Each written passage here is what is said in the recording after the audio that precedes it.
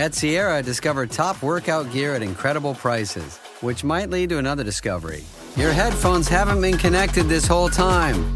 Awkward.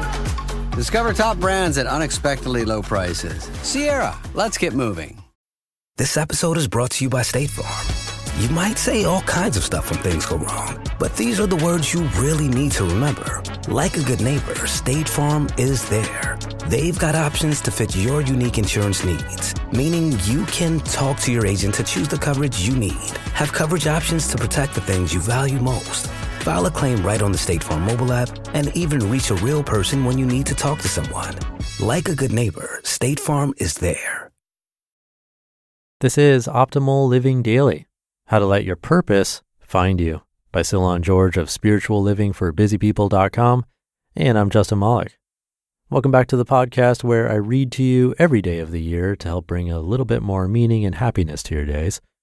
So with that, let's get right to our next post and continue optimizing your life. How to Let Your Purpose Find You by Cylon George of spirituallivingforbusypeople.com. Quote, life is not a problem to be solved, but a reality to be experienced. Soren Kierkegaard. Why are you here? It's a simple enough question, but it's a question that burns in your heart. Sometimes it wakes you up at night, overwhelming you with anxiety. Why are you here? The question often operates just below the level of conscious thought. Your soul is desperately trying to find the one thing that orders your life, gives it meaning, and finally resolves the question. But no matter how hard you try, finding your purpose remains an elusive and unending quest, and you're terrified that you may never find the reason why you were put on this earth. What if the way we've been taught to think about purpose is all wrong? What if the path to self-discovery doesn't require so much effort, angst, or pain? The relationship between purpose and genius. Elizabeth Gilbert, author of Eat, Pray, Love, delivered a TED Talk a few years ago called Your Elusive Creative Genius. Though this talk was all about the creative process, the principles can be applied to purpose finding. Gilbert says the ancient cultures of Greece and Rome did not believe that genius came from the individual, as we tend to believe today. Instead, genius was a disembodied or divine creative spirit that, quote, came to human beings from some distant and unknowable source for distant and unknowable reasons, end quote. This worldview protected those visited by genius from narcissism and hubris. It kept egos in check, since the credit for major accomplishments went to the genius, not the person. But the rise of individualism during the Renaissance changed the way we thought about genius. Instead of having genius, one was thought to be a genius. The shift put a heavy burden on the individual to be the source of genius rather than its transmitter. The burden distorts us in ways that are self-destructive. In advocating for a return to some sense of having genius, Gilbert's talk can give us some insight into the vexing problem of finding one's purpose. What if finding your purpose is actually the process of allowing your purpose to find you? Letting your purpose find you. As we begin to think about purpose differently, here are some things to consider. Number one, your purpose is not about you. What if instead of asking, what do I want out of life, you ask, what does life want from me? The latter question goes against the conventional logic of starting the purpose-finding process with one's own preferences and gifts. Some of the most influential people who we think of as having a strong sense of purpose were swept up into circumstances beyond their comprehension or control. Many of them would not have chosen the path before them, but they were compelled by forces beyond themselves. David Brooks, in his book, The Road to Character, describes a different approach to purpose by generations past that echoes the ancients' approach to genius. Quote, in this scheme of things, we don't create our lives, we are summoned by life. This perspective begins with an awareness that the world existed long before you and will last long after you, and that in the brief span of your life, you have been thrown by fate, by history, by chance, by evolution, or by God into a specific place with specific problems and needs, end quote. He continues, quote, your job is to figure certain things out. What does this environment need in order to be made whole? What is it that needs repair? What tasks are lying around waiting to be performed, end quote. In other words, if you notice something that needs to be done that others aren't noticing, or if against your better judgment, you are moved to take action while others sit on the sidelines, the divine spirit of purpose may be trying to get your attention. Are you willing to listen? Number 2, your purpose is not about being happy. Living your purpose, contrary to popular belief, is not about pursuing happiness. It's about being obedient to what life requires of you in the present moment. Though Jewish psychiatrist Viktor Frankl spent 3 years in Nazi ghettos and concentration camps, he did not bemoan the fact that his life purpose of being a doctor was taken away from him. Instead, he summoned the courage to figure out what life was asking of him the moment he lost his freedom. According to Brooks, Frankl was asked to do 2 things. His first assignment was to suffer well and be worthy of his sufferings. His second was, quote, to take the circumstances into which he had been put and turn them into wisdom he could take into the world. Frankl had been given a great intellectual opportunity, the opportunity to study human beings under the most horrific conditions. He had a chance to share his observations with his fellow prisoners, and if he survived, he figured he could spend the rest of his life sharing this knowledge with the world beyond, end quote. By taking up the tasks set before him, Frankl found something much deeper than happiness, the mood.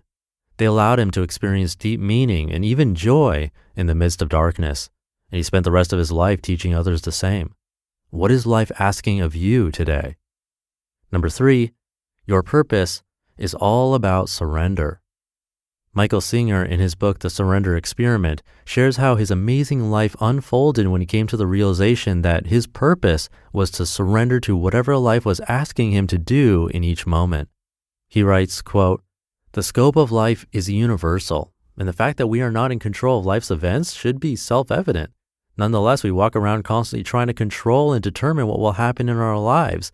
No wonder there's so much tension, anxiety, and fear, end quote. His response to this realization?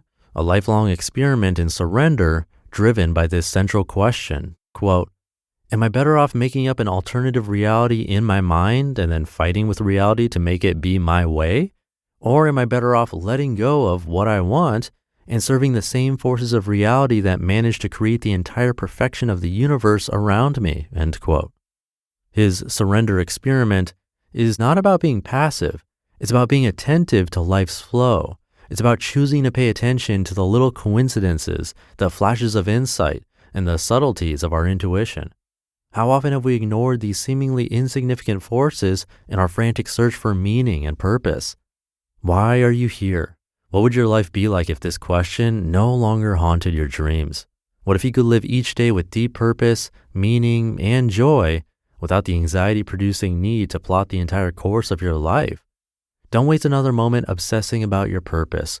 Instead, spend each day being fully present to the reality of life unfolding in front of you. Yes, it's downright scary to let go, but the alternative is scarier. So here's the real question. Will you keep fighting the good fight, or will you take the plunge?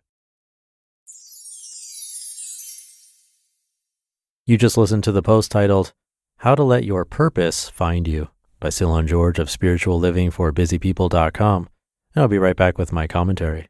This show is sponsored by Liquid IV. Hydration goes beyond just water. It's about absorbing the right nutrients.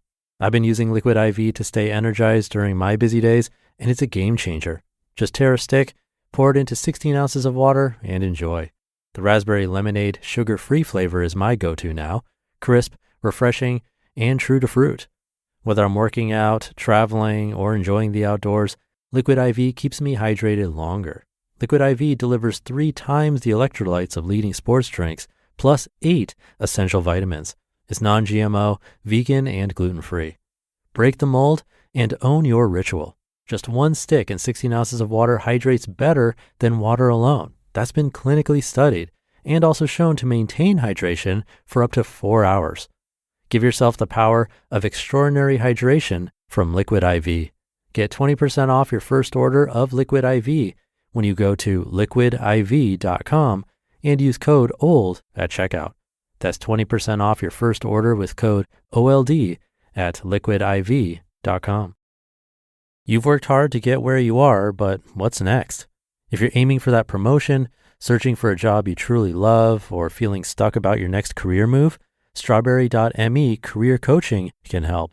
They'll match you with a certified career coach who understands your unique challenges and goals.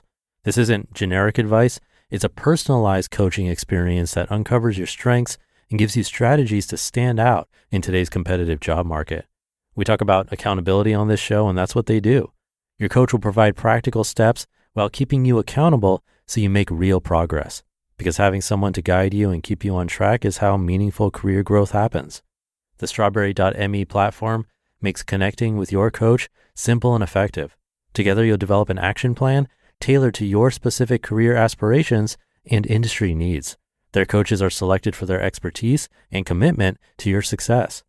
Get started today at strawberry.me/old and claim your $50 credit. That's strawberry.me/OLD. Because your career success shouldn't wait. Thank you to Cylon. A good point in there about purpose not being about being happy.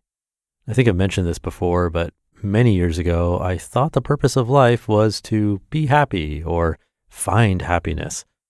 First, happiness isn't a permanent state of being, but also the more comfort we seek, the more we get used to it, and it becomes sort of our baseline. Doesn't mean our lives are happier. It reminds me of gratitude, which can be a really simple practice, nothing fancy. So for me, it's just listing 3 things I'm thankful for. And as of now, I just do it in my head. It really can be 3 totally random things, like a sunny morning, for example. It's not always about chasing this huge moment of joy. It could be just showing up for the small stuff, like narrating one more article, even when I'm tired, because maybe it'll help someone. That's what keeps me going, even on the tougher days. So it's a nice one to think about today. Thank you to Cylon for this post. Thank you for being here and listening every day. I couldn't do it without you. Have a great rest of your day, and I'll see you tomorrow, where your optimal life awaits.